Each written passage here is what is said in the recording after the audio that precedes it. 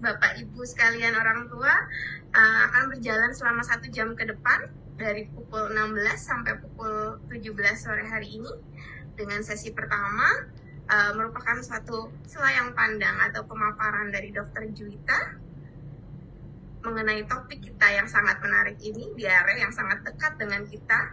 Dan yang sesi kedua akan ada diskusi tentang tanya jawab dari para orang tua di rumah, dari rekan sejawat ataupun semua peserta Instagram Live sore hari ini. Kepada Bapak Ibu, silahkan jika dari saat ini ingin bertanya boleh diketikkan di kolom komentar, akan kami data dari mulai acara berlangsung dan kami bacakan di sesi pertanyaan nanti, ataupun nanti ketika mungkin Dr. Juwita presentasi. Nah, mari kita ke sesi yang pertama. Selayang pandang dari narasumber Dr. Juwita spesialis anak tentang topik kita sore hari ini, anak diare, bahaya atau tidak ya? Silahkan dokter. Ya, terima kasih Dokter Feti. Suara saya terdengar ya dok ya? Terdengar dokter, sangat jelas dokter. Ini sore-sore yang mendung ini kita membahas tentang diare ya tadi ya. Jadi kalau kita membahas diare kayaknya orang yang nggak pernah diare ya, semuanya hampir pernah diare ya. Jadi kita ini kayaknya refresh aja nih. Saya izin untuk nge-share ini ya materi saya ya. Baik dokter. Ini sedikit nih kesimpulan buat kayak saya rangkum sedikit tentang diare. Jadi saya mendapatkan tugas nih gimana tentang diare pada anak ya, bahaya atau tidak gitu ya tadi ya Bu Feti ya. Nah, kita sebelum membahas bahaya atau tidaknya diare, mungkin kita merefresh lagi mengenai definisi diare. Sebenarnya diare itu apa sih gitu ya. Jadi diare itu memiliki definisi perubahan frekuensi buang air besar, di mana di sini dinyatakan lebih dari 3 kali dalam 24 jam. Dan disertai dengan atau adanya perubahan pada konsistensi buang air besar. Jadi kalau tertulis di sini lebih dari 3 kali dalam 24 jam, sebenarnya berapa frekuensi normal buang air besar anak-anak itu, begitu ya. Nanti kita akan bahas berikutnya. Dan konsistensi yang normal itu seperti apa, biar orang tua tidak bingung. Jadi kita mulai mengetahui nih, oh ini normal, ini bentuknya diare, ini bentuknya suatu BAB yang keras. Nanti saya akan membahas lebih dalam ya. Baik dokter. Ini ternyata begini Bu Feti. Jadi kalau BAB anak itu dipengaruhi oleh diet yang dia dapatkan. Ada anak yang mendapatkan formula pada usia dini dengan indikasi tertentu ya, yang memang dia harus mendapatkan susu formula tentunya. Kemudian anak yang mendapatkan ASI, ternyata frekuensi buang air besarnya berbeda. Nah, di sini kita lihat ternyata untuk anak usia 0 sampai 3 bulan, anak-anak yang mendapatkan ASI itu frekuensi buang air besarnya itu lebih sering. Bisa 3 sampai 4 kali per hari, itu masih kita anggap sebagai frekuensi buang air besar yang normal. Namun untuk anak-anak yang mendapatkan susu formula, biasanya buang air besarnya frekuensinya lebih jarang, bisa 2 kali per hari. Kalau ditanya kenapa, ini bisa karena memang kandungan pada ASI membuat waktu pengosongan lambungnya lebih cepat dan pergerakan saluran pencernaan atau ususnya juga jadi lebih cepat, dan itu yang menyebabkan frekuensinya menjadi lebih sering untuk anak-anak yang mendapatkan ASI. Kemudian dipengaruhi juga oleh usia. Ini kita lihat nih, semakin berkembangnya usia, semakin bertambahnya usia, ternyata frekuensi buang air besar anak itu akan mengalami penurunan frekuensi. Dan stabilnya nanti setelah usia 1 tahun ke atas, normalnya kita akan buang air besar 1 kali per hari. Jadi gitu ya. Jadi jangan bingung lagi kenapa anak saya dapat ASI, BAB-nya itu 4 kali, atau tiap buang air besar, tiap dia menetes bisa buang air besar. Itu bukan hal yang tidak wajar untuk anak ASI. Untuk anak ASI itu masih merupakan suatu hal yang wajar. Jadi dipengaruhi oleh diet dan usia, itu adalah kata kuncinya ya. Jadi bapak ibu atau mamah papah di rumah jangan khawatir ya, karena berbeda memang anak ASI dan anak formula. Nah, kalau untuk konsistensinya seperti apa? Sore-sore kita melihat gambar yang mungkin tidak menyenangkan ini ya, tapi dari sini mungkin kita bisa paham nih bagaimana bentuk konsistensi buang air besar anak yang normal. Jadi kalau kita lihat nih ada chart, ada gambar gitu ya, yang tipe 3 dan tipe 4 ini adalah bentuk BAB normal. Jadi kalau kita lihat bentuknya seperti sosis, jadi mulus begitu ya, dan konsistensinya lembek. Nah, kalau kita mengatakan suatu diare itu yang bagian tipe 6 dan tipe 7. Nah, tipe 7 itu yang air, yang lembek ya. Ada juga yang malah tanpa ampas sama sekali, itu bentuknya hanya air saja. Nah, itu yang kita sebut dengan perubahan konsistensi. Tadi kita sudah tahu, oh ternyata frekuensinya seperti itu dan konsistensinya yang berubah seperti ini gambarannya. Gitu ya, Dokter Fetty ya. Iya, Terus kira-kira penyebab diare itu apa ya? Kadang-kadang kan orang tua suka nanya ya, Dokter Fetty, kayaknya anaknya nggak ada apa-apa, kok jadi diare dok? Gitu ya. Ternyata penyebabnya itu banyak sekali. Ada yang karena proses infeksi, ada yang karena bukan proses infeksi. Ini yang kita bahas yang pertama mengenai proses infeksi dulu. Nah, infeksi ini ternyata juga ada macam-macam, ada berbagai macam penyebab. Ada yang bakteri, ada yang penyebabnya parasit, dan ada yang penyebabnya virus. Kalau biasanya kan papa mama sekarang sudah canggih ya, Dokter Fetty ya, sudah baca internet gitu ya. Sudah sebelum ke dokter kadang udah baca internet dulu gitu ya. Karena kita baca di internet atau di literatur itu memang ternyata penyebab terbesar diare pada anak itu adalah virus ya sebenarnya. Dan virus yang terkenalnya itu adalah rotavirus. Kalau papa mama di rumah sekalian pernah membaca ya rotavirus. Nah, rotavirus ini sebenarnya kalau kita tahu kan, kalau virus itu dia bisa sembuh sendiri ya, Dokter Fetty ya. Jadi kalau kita baca gitu, ternyata virus itu dia self-limiting disease ya istilahnya ya. Jadi dia bisa sembuh dengan daya tahan tubuh sendiri ya. Nah, dan yang paling sering itu memang rotavirus. Jadi kalau misalkan anak-anaknya diare, yang membedakan gimana sih ini virus atau infeksi atau bukan? Nah, nanti tanda-tandanya kita lihat. Kadang kan orang tua takut nih, anak saya diare, ini kena infeksi atau bukan gitu. Terus kalau kena infeksi harus diapakan gitu? Apa sih perlu dikasih antibiotik atau sebagai macamnya gitu ya? Jadi penyebab terseringnya itu nanti buat papa mama sekalian yang mendengarkan di rumah atau teman-teman yang mendengarkan di rumah, itu ternyata penyebabnya virus yang paling banyak. Dan virus yang paling berapa persen dokter yang penyebabnya banyak banget ya, sekitar bisa 60% ya gitu penyebabnya bisa disebabkan oleh virus. Jadi jangan buru-buru anak diare nanti terus dikasih antibiotik gitu ya. Hati-hati penggunaan antibiotik pada diare gitu, karena tadi kita tahu ternyata sebagian besar itu penyebabnya virus, dan virus itu dia ternyata self-limiting disease, hilang sendiri dengan kekebalan tubuh anaknya tersebut. Kemudian yang berikutnya memang penyebab diare ada yang karena bakteri. Nah, bakteri yang sering itu kita tahu E. coli ya. E. coli itu ternyata kan sebenarnya bakteri normal yang ada pada saluran pencernaan kita.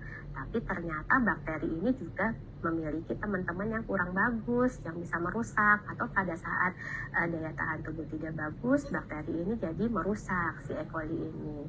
Nah, kalau kita baca lagi ada yang namanya salmonella. Salmonella ini biasanya pada anak-anak dengan tifoid, tipes kalau kita mendengar ya. Jadi kalau pasien dengan tipes pun kadang manifestasinya bisa muncul sebagai diare, seperti itu. Kemudian sigela. Nah, kalau sigela ini nanti khasnya diarenya bentuknya kadang bercampur lendir sama darah. Kemudian anaknya kram perut, seperti itu. Jadi berbeda-beda nih bentukannya. Kemudian yang terakhir adalah karena parasit. Nah, parasit ini apa contohnya? Misalnya amuba, kemudian ada giardia lamblia gitu. Nah, ini biasanya ada pada makanan yang tidak matang atau pada tanah yang kotor, air yang kotor yang terkontaminasi oleh parasit. Seperti itu. Kemudian selain infeksi, ternyata juga ada penyebabnya yang tidak oleh proses infeksi. Nah, di sini kalau Dokter Fetty lihat ini ya, dan ibu-ibu sekalian atau ayah-ayah yang menonton di rumah, ada penyebabnya gangguan absorpsi, gangguan penyerapan. Kita menyebutnya sebagai malabsorpsi. Kita tahu ada komponen makanan kita itu berbentuk karbohidrat, protein, ataupun lemak. Nah, tiga-tiganya ini bisa mengalami gangguan penyerapan. Kenapa? Misalnya karbohidrat. Ada juga penyakit bawaan yang memang saluran pencernaannya kekurangan zat atau enzim yang tidak bisa memecah atau mencerna karbohidrat. Nanti manifestasinya muncul sebagai diare atau malabsorpsi protein. Misalnya pada anak-anak yang memang tidak bisa mentoleransi protein yang paling sering di awal-awal itu protein susu sapi begitu ya. Itu juga akan menyebabkan manifestasinya seperti diare. Kemudian ada yang malabsorpsi lemak ini kadang-kadang itu BAB-nya itu bercampur lemak atau bisa kita ketahui biasanya dengan pemeriksaan feses rutin. Nah gitu. Padahal kalau lemak terbuang kita tahu lemak itu kan untuk ini ya, untuk menambah kalori atau berat badan pada anak ya. Jadi hati-hati kalau anaknya diare, terutama malabsorpsi biasanya akan disertai dengan gangguan pertumbuhan berat badannya, pertambahan berat badannya. Kemudian ada juga yang diare itu ternyata karena keracunan zat makanan. Nah, jadi mekanisme tubuh kita ini sebenarnya pintar ya. Jadi kalau kemasukan zat asing, kemasukan zat-zat yang menurut dia tidak penting atau merusak, dia akan mengeluarkan segera, bisa berupa muntah atau berupa diare. Jadi makanya kalau ada anak diare, kita nggak boleh nih langsung di stop nih kalau misalkan dia anaknya curiganya karena terkontaminasi makanan yang kurang bagus atau keracunan zat tertentu. Kalau kita stop malah mekanisme pertahanan tubuhnya malah kita rusak, kita ganggu gitu. Jadi makanya pada anak-anak kita nggak menggunakan obat-obat anti diare. Kalau dewasa mungkin kita pakai ya Dokter Fetty ya. Tapi kalau pada anak-anak yang karena itu contoh biasanya apa ya Kak, nama produk mungkin kita nggak pakai, nanti nama inti obatnya kayak loperamid seperti itu ya. Jadi kalau dewasa mungkin masih ada tuh tempat untuk diberikan itu, tapi kalau pada anak-anak kita hampir tidak pernah menggunakan loperamid. Jadi kalau kita berikan nanti malah efeknya mengganggu pergerakan ususnya, jadi kita menghentikan peristaltik ususnya. Nah nanti anaknya malah kembung, malah ileus dan segala macam gitu ya. Jadi hati-hati jangan berikan obat-obatan anti motilitas atau obat anti diare pada anak-anak. Kemudian yang nggak kalah pentingnya ini mungkin pada anak-anak yang sudah beranjak agak dewasa ya, usia prasekolah begitu ya, masalah psikologis. Jadi kadang-kadang anaknya nggak mau bikin PR atau mau tes jadi diare. Kayak siapa ya Dok ya? Aduh, kayak mau maju apa, jangan-jangan tadi saya mau maju IJLS saya diare dulu nggak gitu.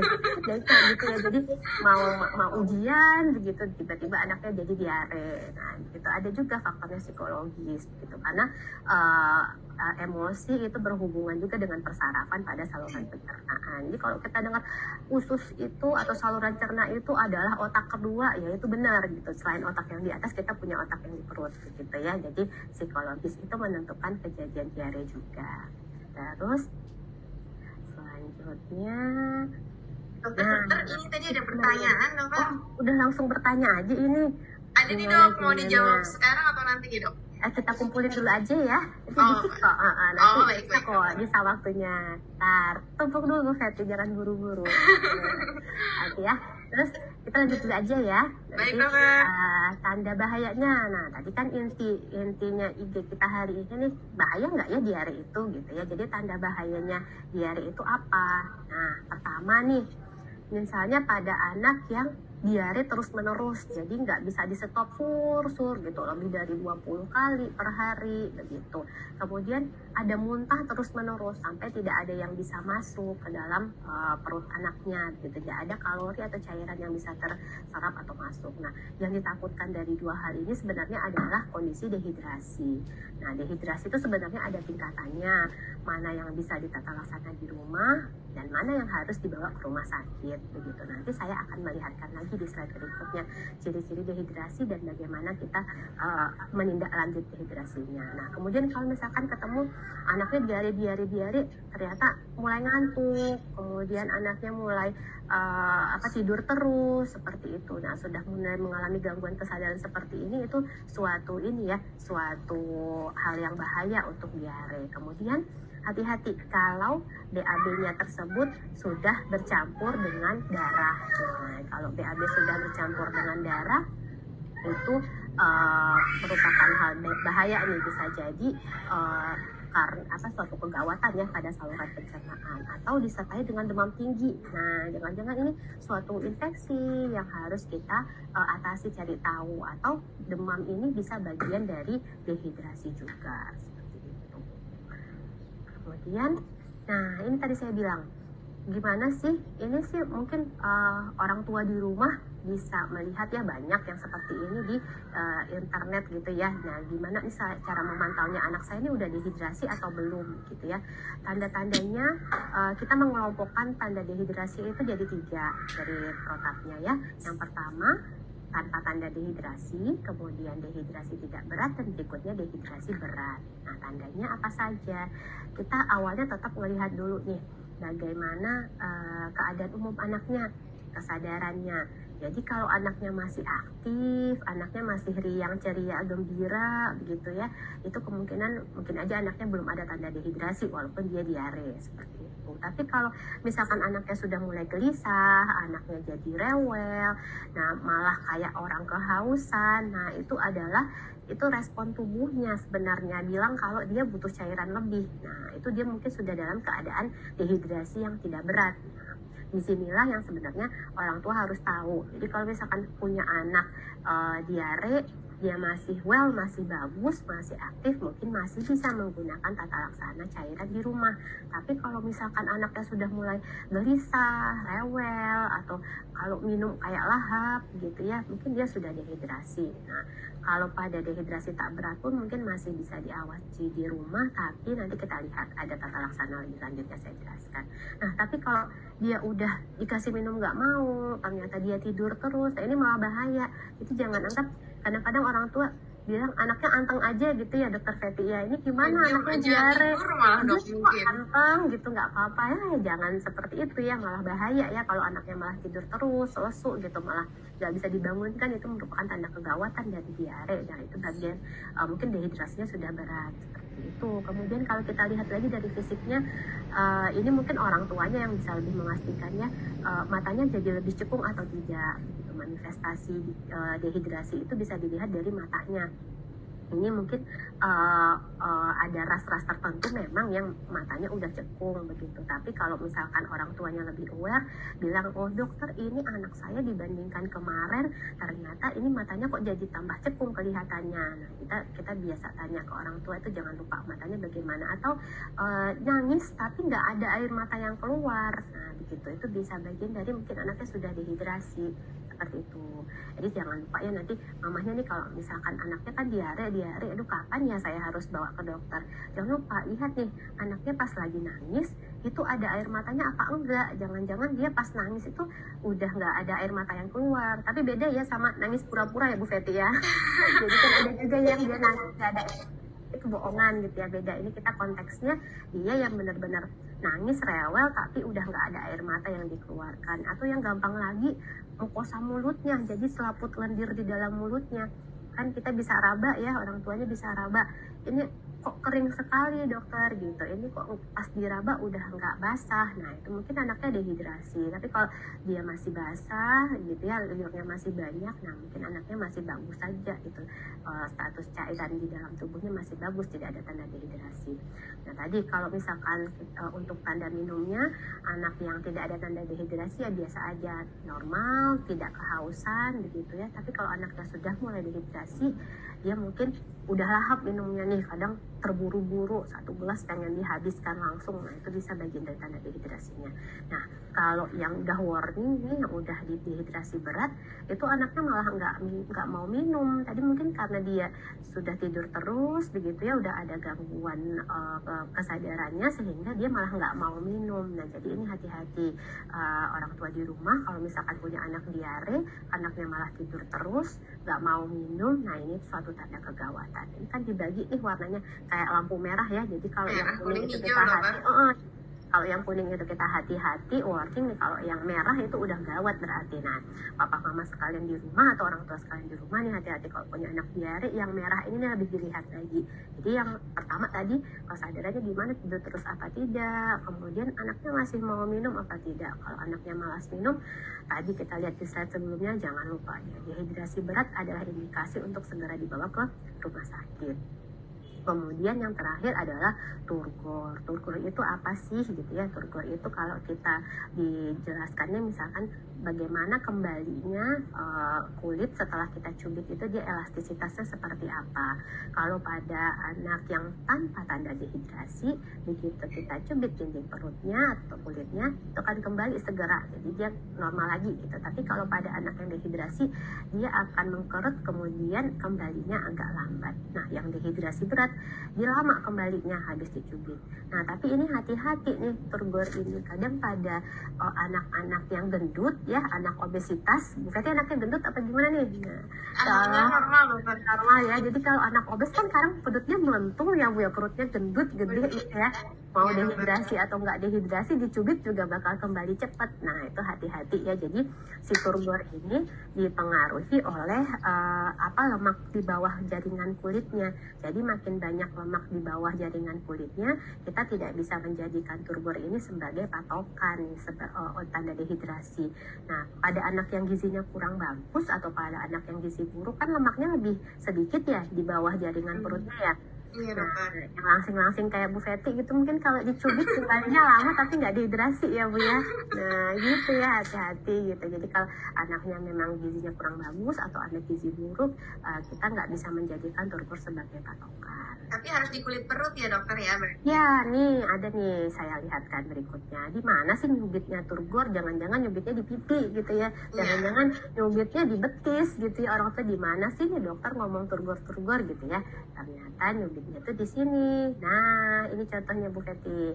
Jadi biasanya kita menyubitnya di daerah perut, di atas udahnya begitu.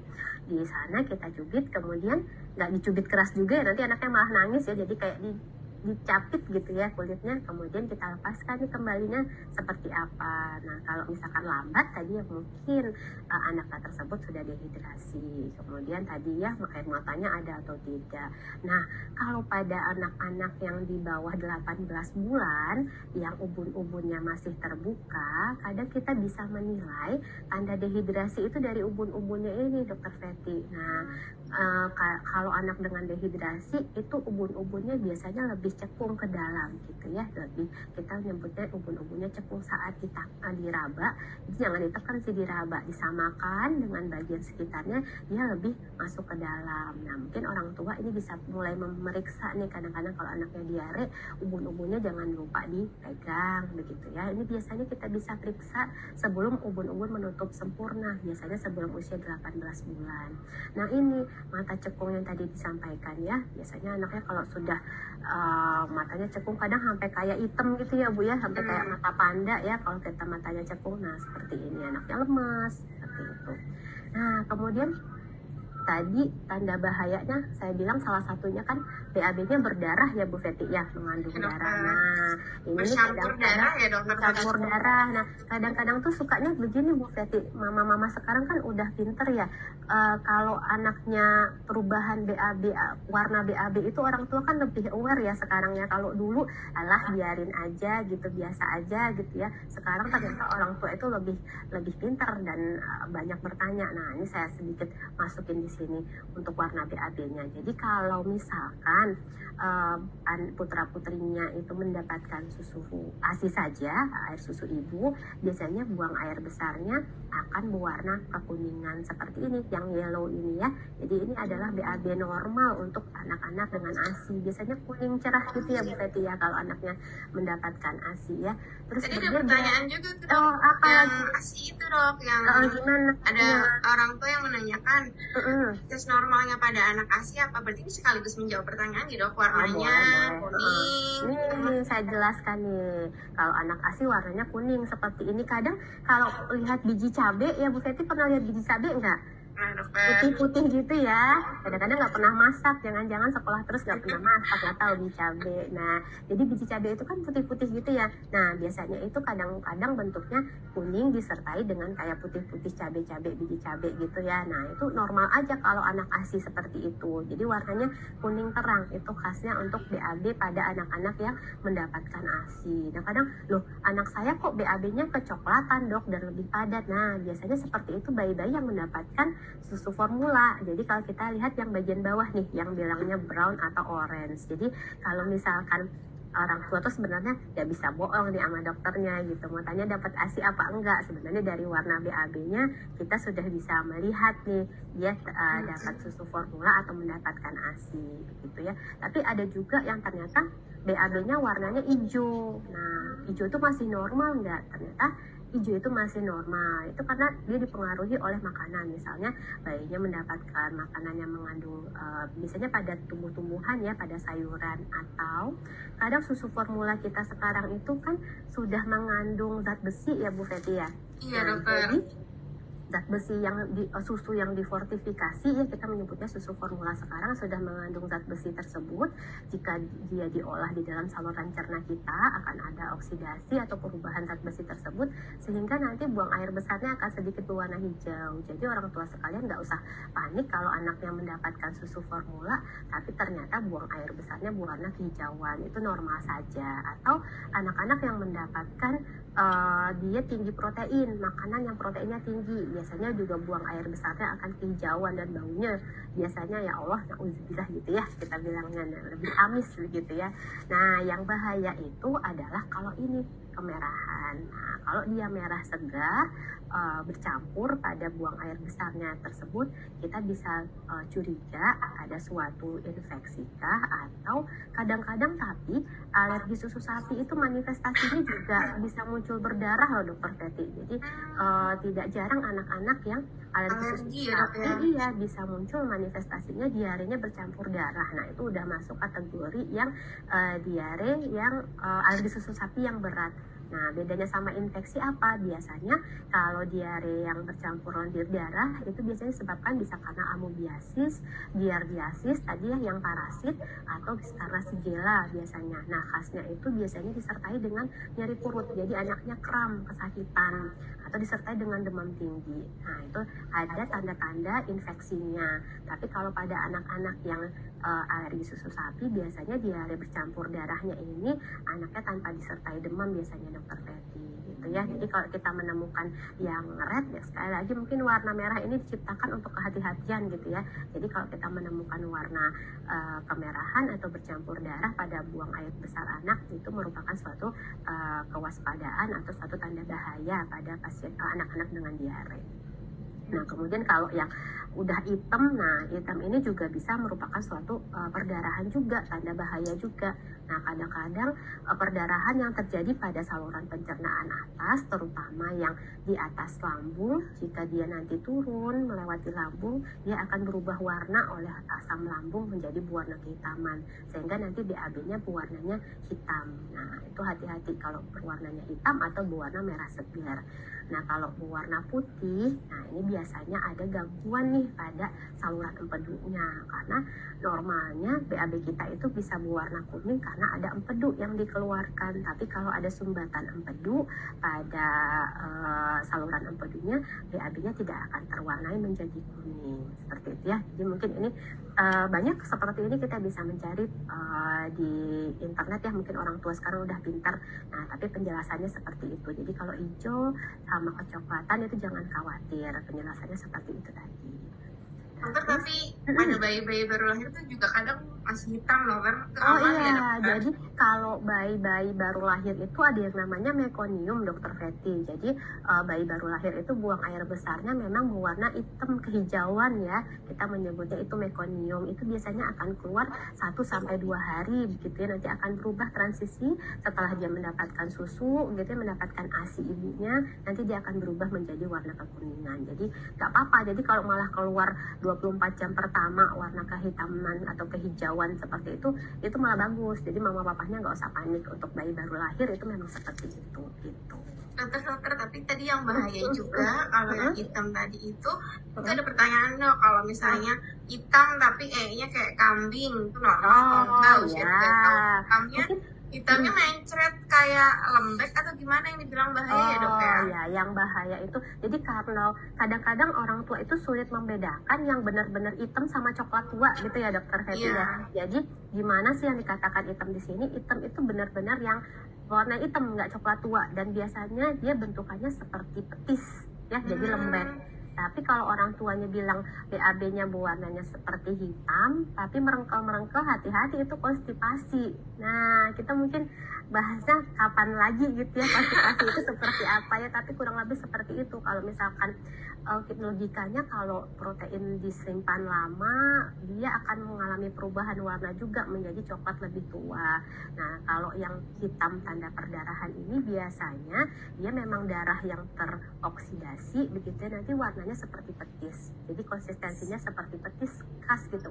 Jadi kalau pernah lihat petis ya, mungkin kalau yang nonton orang Semarang atau yang pernah lihat petis ya kurang lebih seperti itulah. Jadi mungkin habis ini jangan jijik sama petis ya, jadi karena memang begitu. Jadi kalau ada perdarahan saluran pencernaan di atas yang nanti dia lewat ke lambung, sama lambung dia akan kena asam lambung. Setelah itu nanti dia akan keluar bentuknya seperti diare, seperti BAB lembek tapi warnanya hitam. Nah, itu yang disebutkan hitam yang bahaya.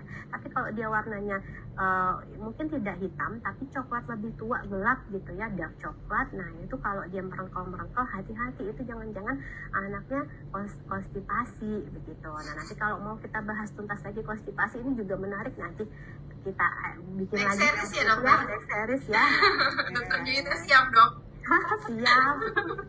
Oke, kita lanjut dulu ya dokter Fetty. Nanti sambil kalau ada lagi skip aja boleh sambil kita bahas. Nah, apa yang harus dilakukan? Kadang orang tua kadang belum indikasinya ke IGD udah dibawa ke IGD gitu ya, malah capek-capek baru sampai di IGD dipulangin gitu ya. Nah, ini mungkin orang tua harus tahu dulu tadi berdasarkan yang tadi, kalau anaknya masih aktif, masih mau minum, tidak tampak kehausan, kemudian mukosanya masih basah, buang air kecilnya masih banyak, seperti itu.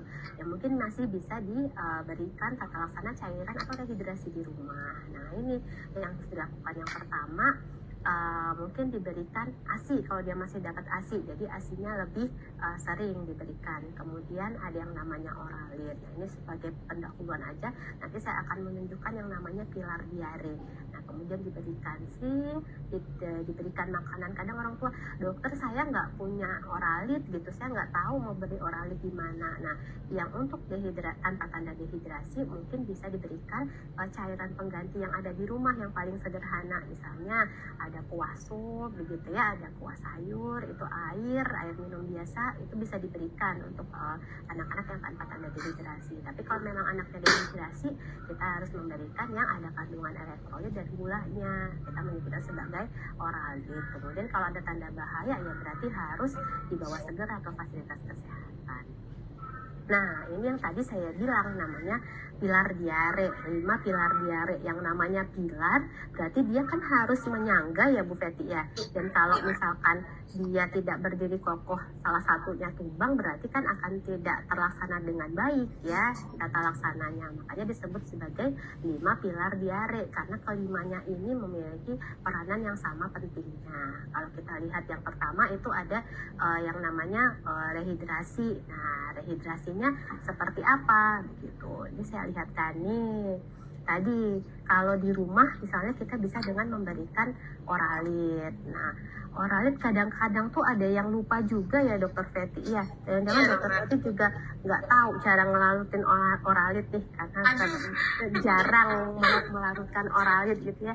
Jadi Oralit ini barang yang murah, barang yang gampang, bahkan di puskesmas pun ada gitu. Tapi kadang lupa kita kadang-kadang cara melarutkannya, cara penyimpanannya, seperti itu.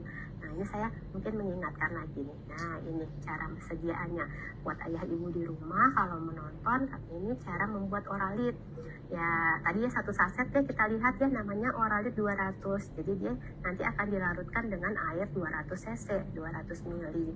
Pertama tetap yang namanya sebelum melakukan apapun, terutama di zaman seperti ini ya yang sedang pandemi, walaupun tidak pandemi tetap harus dilakukan, yaitu cuci tangan. Jadi sebelum persiapan kita cuci tangan terlebih dahulu, sebaiknya dengan air mengalir dengan menggunakan sabun, sebaiknya kalau bisa 20 detik gitu ya mencucinya biar bersih.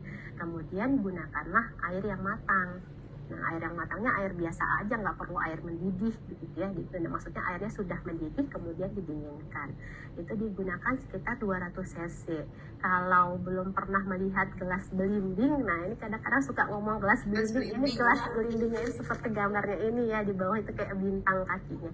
Tapi kalau susah, sekarang kan udah punya gelas takar ya, atau sudah punya botol dot, itu kan ada angkanya, ada penakarnya, bisa menggunakan itu. Jadi diambil 200 cc, kemudian dilarutkan 1 saset oralit, diaduk gitu ya. Terus setelah diaduk, gimana cara memberikannya? Apakah 200 cc-nya harus dihabiskan? Kadang kan gitu ya pertanyaan orang tua. Ini harus habis apa enggak? Dokternya bilang 200 cc, itu cara minumnya bagaimana? Jadi cara minum oralit itu kita lihat dulu usia anaknya berapa. Jadi kalau untuk anak-anak yang di bawah 2 tahun biasanya kan minumnya belum begitu banyak ya, tidak seperti anak-anak yang di atas 2 tahun ya. Jadi untuk anak yang di bawah 2 tahun kita bisa mulai dulu kasih Dokter Peti 50 sampai 100 cc setiap dia buang air besar. Jadi kan tujuan kita ini mengganti cairan tadi.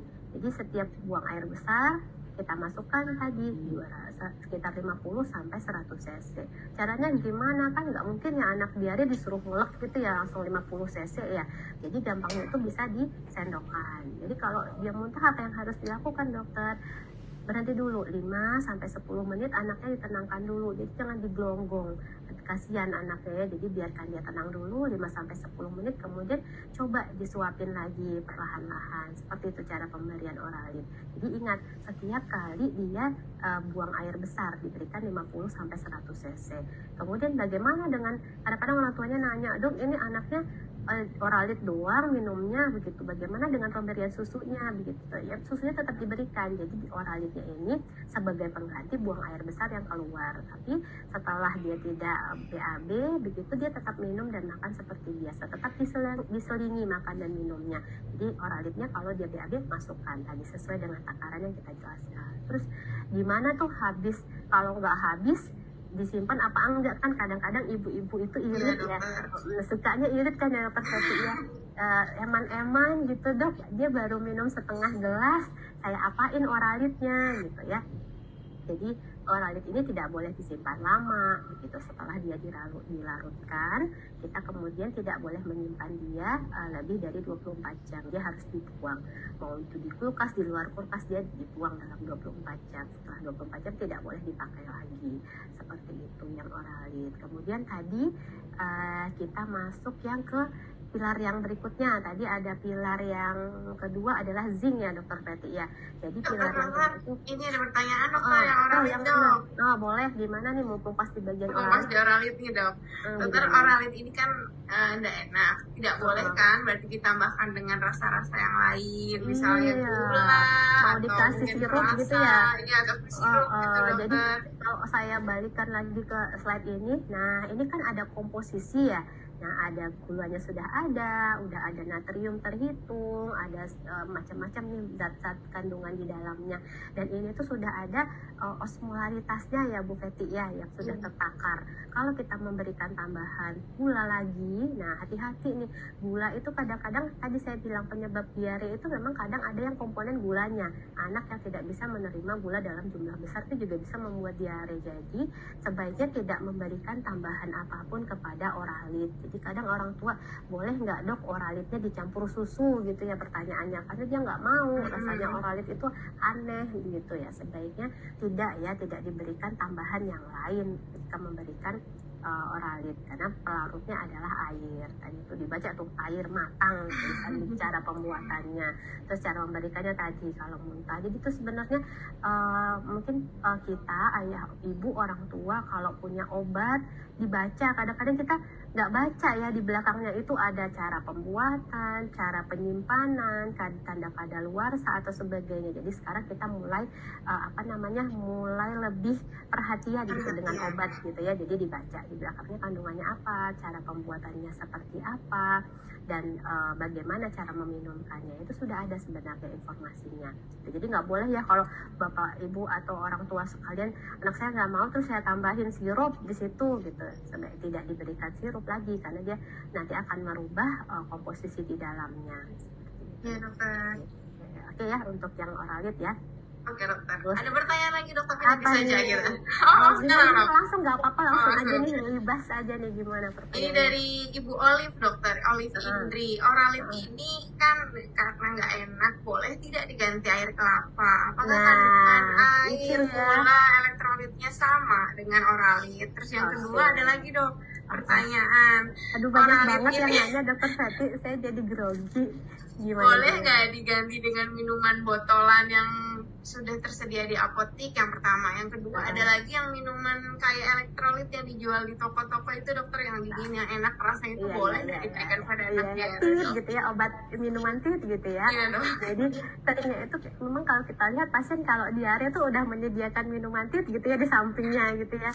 Jadi kalau sejauh ini yang sudah terstandar kandungan elektrolitnya dan sudah diteliti tentunya untuk diare itu adalah oralit gitu. Kalau ditanya tadi air kelapa, nah mungkin di dalamnya memang ada kandungan elektrolitnya begitu ya, tapi tidak diperuntukkan untuk yang diare. Mungkin untuk orang yang habis beraktivitas kehausan itu mungkin bisa ya, tapi sejauh ini saya belum ada tuh penelitian yang bilang air kelapa untuk dehidrasi pasien dengan diare gitu, karena yang sudah terukur, yang sudah terstandar, yang dilakukan penelitian dan uji klinis adalah oralit, elektrolitnya yang dan osmolaritasnya yang sesuai, yang sudah terhitung begitu. Tapi kalau misalkan mau memberikan untuk merehidrasi, mungkin untuk yang tanpa tanda dehidrasi gitu ya mungkin tidak bermasalah. Tapi kalau misalkan sudah masuk ke kategori dehidrasi, ya memang kita pilihannya sesuai dengan standar adalah dengan pemberian oralit. Nah kemudian minuman-minuman yang tadi berbeda mungkin dengan oralit dalam sediaan cair ya. Kalau misalkan minumannya bilangnya minuman isotonik atau minuman apa begitu yang ada di pasaran, itu kan kalau kita baca lagi sebenarnya peruntukannya bukan untuk dehidrasi ya, itu untuk ya tadi misalnya kita beraktivitas gitu, menjaga keseimbangan elektrolit begitu. Jadi tidak diperuntukkan untuk medis sebenarnya. Jadi mungkin itu yang kita harus garis besar ya, harus diingat lagi. Jadi yang sudah standar gitu, yang terukur dianggap sebagai obat untuk terapi adalah oralit, bukan tadi minuman-minuman yang disampaikan yang itu. Nah, tapi memang ada satu lagi tadi oralit yang dalam bentuk sediaan yang sudah cair gitu. Nah itu tidak apa, itu boleh diberikan gitu karena kandungannya memang sudah terstandar dan dianggap sebagai obat. Nah itu juga kalau memang orang tua menginginkan rasa-rasa, kadang kan oralit itu rasanya satu yang monoton gitu ya. Tapi kalau yang oralit yang sudah di dalam bentuk sediaan cair itu dia mungkin dalam beberapa rasa. Sama dia setelah dibuka pun dia hanya bertahan dalam 24 jam gitu ya. Jadi tidak boleh setelah dibuka dia dipertahankan lebih dari 24 jam, itu tidak baik karena akan terganggu tuh elektrolitnya, atau dia disebut sebagai kadaluarsanya, umurnya hanya setelah dibuka itu 24 jam begitu dokter Feti. Jadi kalau mau minum minuman itu mungkin tadi kita garis bawahi tidak untuk merehidrasi anak dengan diare dehidrasi, itu hanya untuk menjaga keseimbangan elektrolit harian gitu ya, kan judulnya seperti itu begitu dokter Feti. Iya dokter. Ya. Nanti kita lanjutkan di sesi diskusi dokter. Oke, terus yang berikutnya setelah oralit tadi ada yang namanya zinc. Nah, zinc itu sediaannya ada banyak. Jadi sekarang udah berbagai macam sediaan zinc. Ada yang bentuknya drop, ada yang bentuknya sirup, ada yang bentuknya tablet, seperti itu. Nah, zinc ini apa pentingnya sih kenapa zinc ini harus dimasukkan ke dalam pilarnya diare gitu ya. Jadi zinc ini dari penelitian yang telah dilakukan, dia itu memperpendek durasi sakit. Jadi kalau misalkan tanpa zinc, anaknya akan sakit dalam 5-7 hari, tapi dengan diberikan zinc mungkin dia waktu penyembuhannya menjadi lebih cepat, hanya menjadi 2 atau 3 hari begitu. Dia lebih cepat dalam memperbaiki konsistensi BAB-nya. Nah, kemudian dia mencegah nih supaya tidak berulang lagi terjadi diare. Dan dari penelitian menyatakan kalau minum zinc biasanya akan ada periode bebas diarenya itu tertular lagi itu sekitar 3 bulanan. Jadi itulah pentingnya zinc. Nah, zinc yang mana yang mau diberikan? Nah, tergantung nih usianya berapa. Nah, dosisnya itu dilihat kalau anaknya kurang dari 6 bulan kita pakai yang 10 mg. Tapi kalau anaknya lebih dari 6 bulan kita pakainya yang 20 mg. Dokter, ini zinc ya dokter, pilar diare berikutnya gitu dokter? Iya, ini zinc yang zinc yang kedua ya. Penggunaan tadi yang tergantung usia nih. Nah, sediaannya seperti apa? Mau yang dalam bentuk kalau yang ada di rumah sakit biasanya bentuknya tablet ya dokter Fetty ya. Iya, nah, tabletnya zinc ini nih sebenarnya kalau orang tua tahu pernah melihat dia akan larut air ya. Jadi tinggal dipotek, kemudian taruh di sendok air, kasih air sedikit, taruh aja zincnya, kemudian dia akan cair gitu, langsung diminumkan kepada anaknya. Nah, kalau yang satu tablet itu biasa sekitar 20 mg, kalau dia kurang dari 6 bulan separuhnya 10 mg. Kalau sekarang sudah banyak juga ya dok yang sirup, banyak banget dok. Ada drop, ada yang sirup dan rasanya juga macam-macam. Nah, itu lebih berkembang sekarang karena memang zinc itu bukan hanya buat diare ya, kadang udah banyak penelitian tentang zinc dan ternyata zinc ini sangat penting begitu, terutama untuk penyakit yang berhubungan dengan virus-virus begitu. Katanya zinc ini lebih bagus untuk memacu sistem kekebalan tubuh kita. Nah, termasuk tadi salah satu penyebab terbesarnya diare adalah virus, makanya zinc mengambil peranan penting seperti itu. Kemudian yang ketiga, nutrisi. Nah, nutrisi seperti apa nih yang dia disampaikan menjadi pilar diare. Jadi kadang orang tua kan seringnya kalau anak diare malah biar nggak keluar dipuasakan ya dokter Fetty ya. Iya, jadi dokter. orang tuanya berinisiatif, aduh capek gonta-ganti pampers terus, gonta-ganti diapers terus, nggak usah diminumin nggak keluar ternyata dok, nggak usah dikasih makan nggak keluar. Nah gitu, jadi jangan ya kepada orang tua sekalian, jangan kalau anaknya diare malah anaknya nggak dikasih makan, jadi double dong malnutrisinya. Sakitnya ya dok ya, sakitnya jadi malah double. Ya keluar yang asupannya juga nggak ada gitu. Kalau kita hitung matematisnya lebih baik 0 kan daripada minus gitu ya. Jadi masuk kemudian dia keluar gitu lebih nggak bermasalah gitu. Pasti akan ada sedikit yang terserap gitu. Nanti dengan berkembangnya kekebalan tubuhnya, perbaikan penyakitnya, kemudian dia nutrisinya akan kembali terserap sempurna lagi. Jadi jangan sekali-kali mempuasakan anak-anak yang sedang diare. Kemudian yang berikutnya lagi, gonta-ganti susu. Nah, kadang-kadang kan sering nih orang tuanya termakan iklan ya, dokter Fetty ya kan udah iklan atau kata tetangga juga mungkin atau kata grupnya mamah-mamah gitu kan.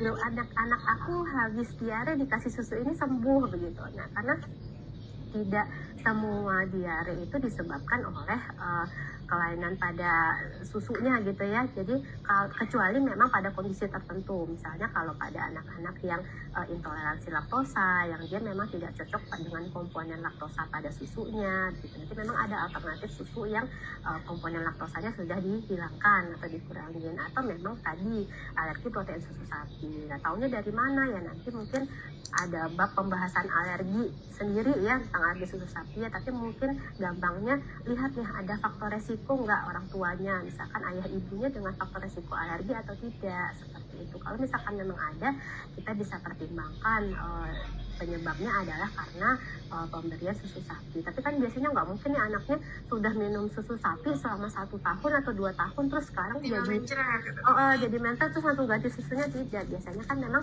sudah terlihat di awal, dan memang biasanya manifestasi saluran cerna pada alergi susu sapi itu nggak hanya di saluran cerna aja, biasanya disertai dengan manifestasi di tempat lain, biasanya ruam di pipi, ruam di kulit, seperti itu untuk yang alergi. Berarti jangan gonta-ganti susu langsung begitu ya, jangan trial susu, kasihan anaknya. Kemudian jangan mempuasakan anak, berikan apa yang dia makan terakhir. Jadi misalkan dia makan terakhirnya bubur, ya makan bubur. Kalau dia makan terakhirnya nasi, ya berikan nasi seperti biasa, jangan dirubah juga konsistensinya seperti itu. Dan kemudian yang berikutnya adalah antibiotik. Nah, antibiotik kenapa nih ditulisnya selektif? Jadi enggak semuanya diberikan antibiotik, jadi khusus untuk yang tertentu tadi, contohnya yang ada lendir darahnya, kemudian yang karena amoebiasis, kemudian karena sigela, seperti itu. Taunya dari mana? Selain dari klinis anaknya, dari pemeriksaan BAB-nya dengan laboratorium kita mengetahui kebutuhan antibiotik ada atau tidak. Dan yang terpenting adalah edukasi. Jadi kalau dokter sebaiknya yang ngomong ya, yang namanya dokter kan harus cerewet ya dokter Feti ya, jangan tahu, karena kuncinya adalah edukasi. Jangan sampai orang tuanya nggak tahu bagaimana tata laksana di rumah, tanda kegawatan di rumah. Mudah-mudahan habis ini, setelah IG ini, di live ini, sudah bagian dari edukasi bagaimana kita mendeteksi kegawatan diare di rumah. Tapi jangan sampai ya dong, berarti antibiotik orang tua berikan sendiri. Iya, jangan ya, nanti kan saya bilang tadi indikasinya ada ya tertentu gitu. Tadi kalau misalkan berdarah pun lihat dulu berdarahnya memang infeksi atau tidak. Karena kalau sudah bahaya jangan menata laksana di rumah. Ada sudah indikasi untuk dilakukan pemeriksaan ke fasilitas kesehatan. Nah, kita masuk ke pencegahannya. Pencegahannya seperti apa? Kalau pengobatannya intinya cuma 5 pilar itu aja dokter Feti, nggak kemana-mana. Sebenarnya gampang ya, tapi kadang nggak tahu 5 pilar itu, jadinya makanya diarenya masih banyak saat ini begitu. Nah, pencegahannya tadi kunci utama, usahakan anaknya mendapatkan ASI eksklusif. Kenapa sih ASI eksklusif itu penting? Karena kita tahu di dalam ASI itu ada imunoglobulin, ada antibodinya yang dia berguna melapisi saluran pencernaan. Jadi anak-anak, dari penelitiannya, anak yang mendapatkan ASI eksklusif dibandingkan yang tidak mendapat ASI eksklusif lebih rentan anak yang tidak mendapatkan ASI untuk terjadinya diare.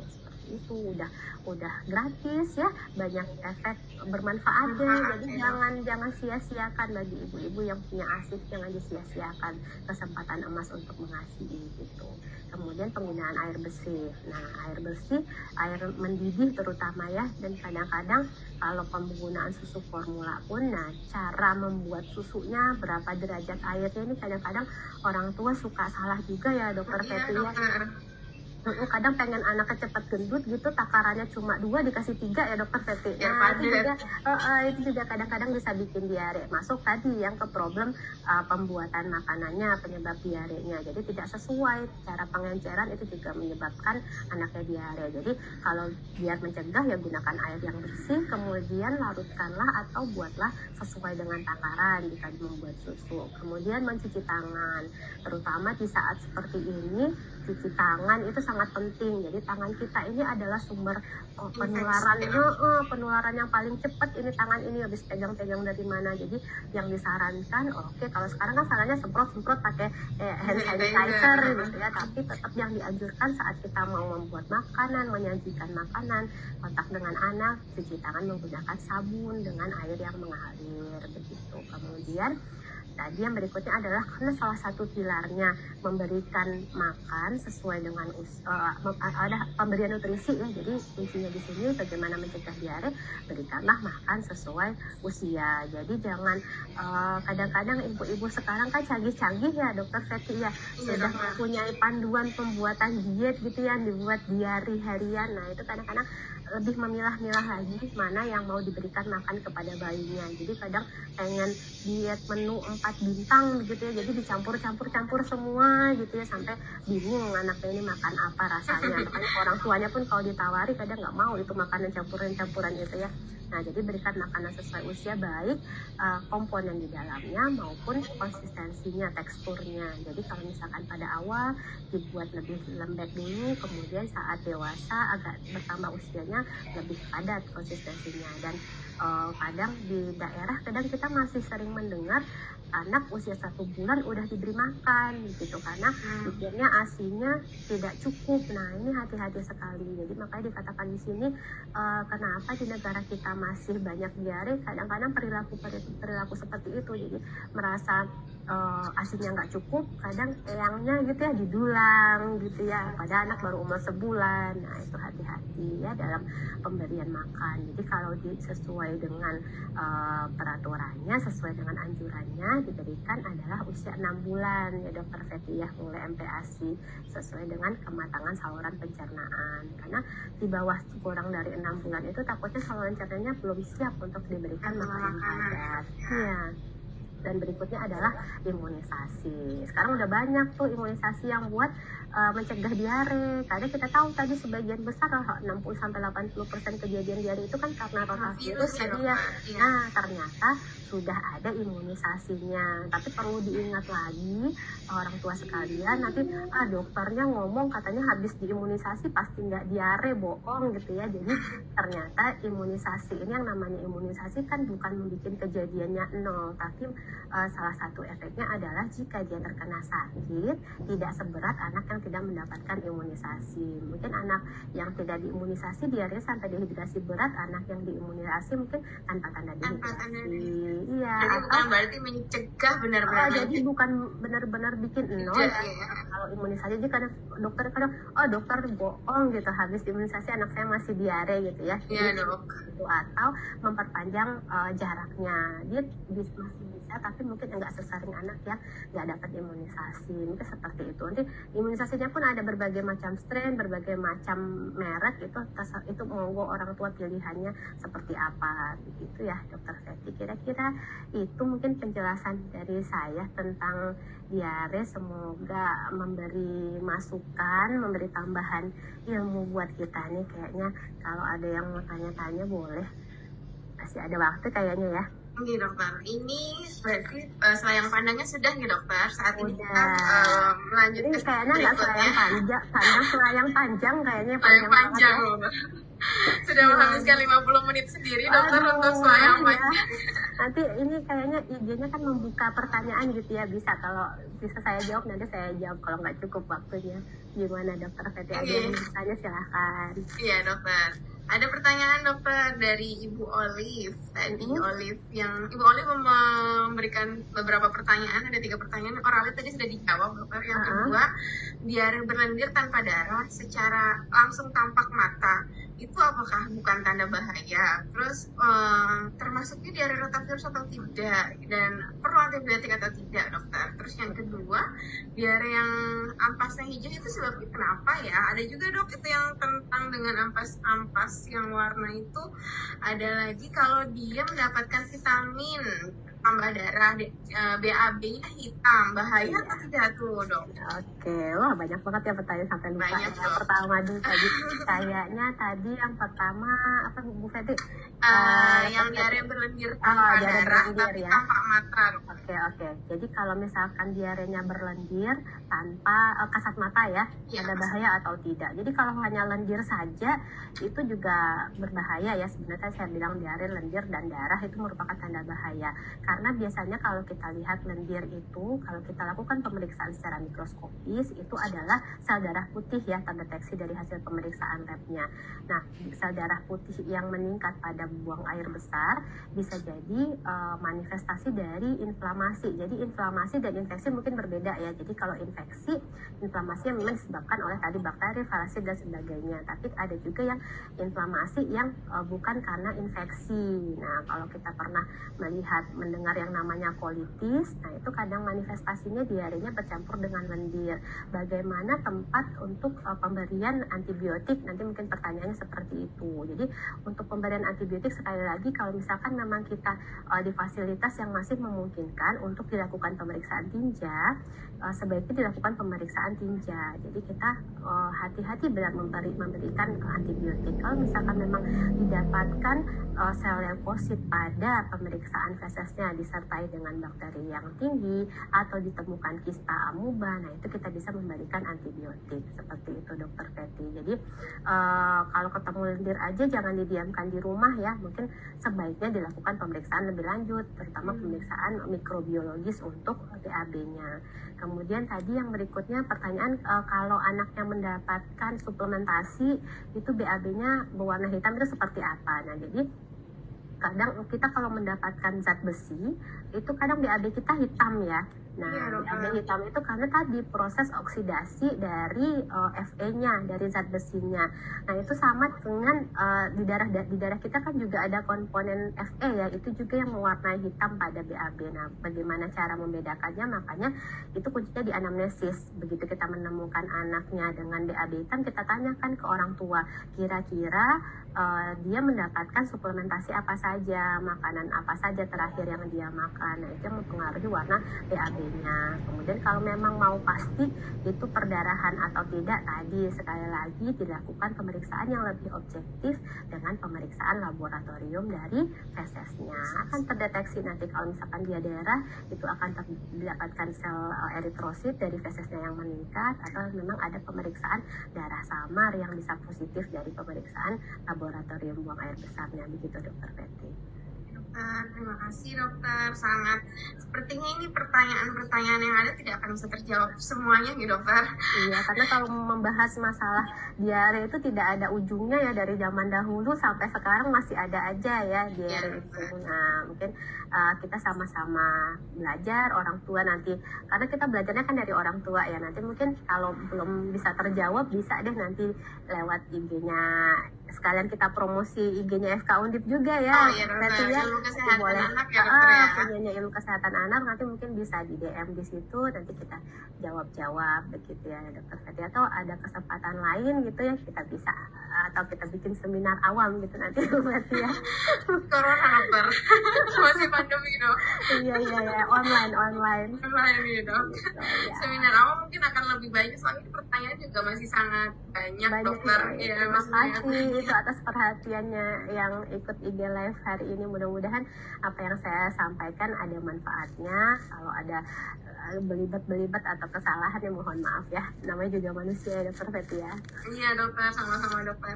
Dokter, ini sudah mendekati akhir acara, jadi mungkin pertanyaan yang sudah masuk nanti kami tampung, akan kami coba jawab melalui Instagram Ilmu Kesehatan Anak Undip dengan format yang akan kami pikirkan selanjutnya dokter. Iya. Sekaligus untuk promosi seperti tadi saran dokter. Iya. Biar eksis dan biar makin ramai ya dok ya. Iya. Dan ini kan juga sangat dekat dengan masyarakat, apa yang dokter sampaikan. Jadi pasti insya Allah bermanfaat untuk masyarakat, bapak dan ibu, orang tua di rumah dan peserta IG Live sore hari ini. Oke, waktu saat ini Semoga makin pada pintar ya Bu ya. Iya. Data cepat sekali ya 1 jam itu ya. Terasa dokter. Mungkin ada take home message yang bisa dokter simpulkan, akan disampaikan ke ibu bapak yang ada di rumah dan peserta Instagram live-nya dokter. Monggo silakan dokter. Terima kasih Dokter Fetty. Mungkin dengan judul besar kita tadi adalah bahaya atau tidak diare gitu ya. Dari yang apa saya sampaikan, mungkin kita bisa mengenali tanda bahayanya, bagaimana dehidrasi, mengenali dehidrasi pada anak, kemudian tanda kegawatannya apa, dan tindakan apa yang bisa dilakukan. Dan sekali lagi ingat, karena sebagian besar itu diare ternyata adalah karena virus, jadi hati-hati dalam pemberian obat-obatan ya. Jadi karena dia penyebabnya adalah virus, dia harusnya akan hilang sendiri dengan kekebalan tubuh. Dan kemudian jangan sampai terlambat mengenali tanda-tanda kegawatan pada anak dengan diare, karena sebenarnya mungkin diare ini penyakit yang sepele, tapi kalau yang bikin bahayanya itu adalah dehidrasinya. Jadi kalau harapan saya setelah mendengarkan ini, orang tua sekalian bisa mengenali tanda dehidrasi, kapan bisa membawa anak ke fasilitas kesehatan sesegera mungkin sebelum kondisinya memburuk. Seperti itu mungkin Dokter Fetty yang bisa kita simpulkannya. Mudah-mudahan makin pintar kan ibu-ibu kita, ibu di rumah sekalian. Iya dokter, sampai jumpa di sesi berikutnya dokter. Terima kasih kepada para orang tua dan peserta Instagram live sore hari ini. Semoga menambah ilmu Bapak Ibu sekalian. Saya sebagai host sore hari ini mohon undur diri. Selamat sore. Wassalamualaikum warahmatullahi wabarakatuh. Waalaikumsalam warahmatullahi wabarakatuh.